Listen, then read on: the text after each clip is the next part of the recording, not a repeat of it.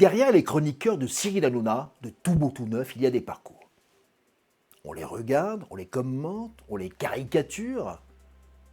Pour les avoir rencontrés, je peux en parler. Les chroniqueurs de Cyril Hanouna, on les réduit souvent à des rôles. La grande gueule, l'intellectuel, la bombe médiatique, le clown. Mais si on s'arrêtait 2 minutes pour regarder leur parcours. Prenons Chana Lousteau. Passé par BFM TV, 29 ans, une formation à l'info en continu, ça change tout. BFM, c'est l'école du direct, de la pression, de la vérification rapide. Sur le plateau, ça se voit. Elle prépare, elle relie, elle travaille hors caméra. Quand elle parle, son sujet est maîtrisé.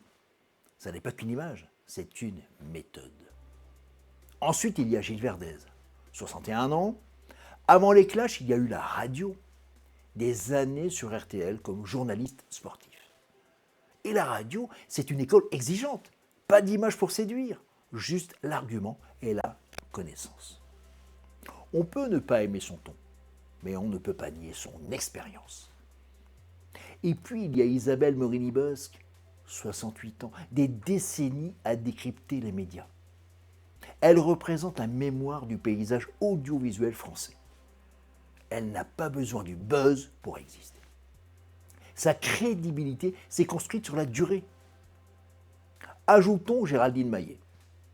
Romancière, scénariste, réalisatrice, elle apporte une structure, une culture, une distance analytique dans un univers parfois émotionnel.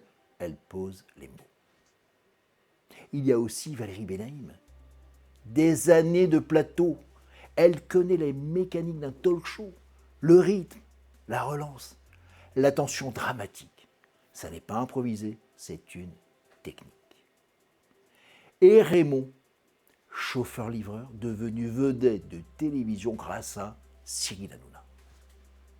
Et puis le cas fascinant, Jordan Deluxe.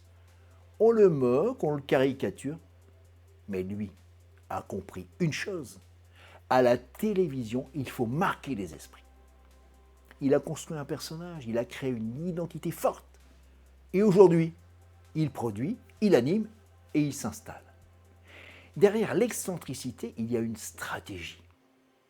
Au fond, ce plateau n'est pas une simple réunion de personnages, c'est un mélange de générations, de formations et de compétences. Une journaliste formée à l'info continue, un vétéran de la radio, une mémoire vivante des médias, une autrice, une technicienne du plateau, un stratège du buzz. On peut aimer ou pas le ton, mais réduire ces chroniqueurs à des caricatures serait trop simple. Parce qu'à la télévision, le personnage fait du bruit, mais la carrière, elle, se construit dans le travail.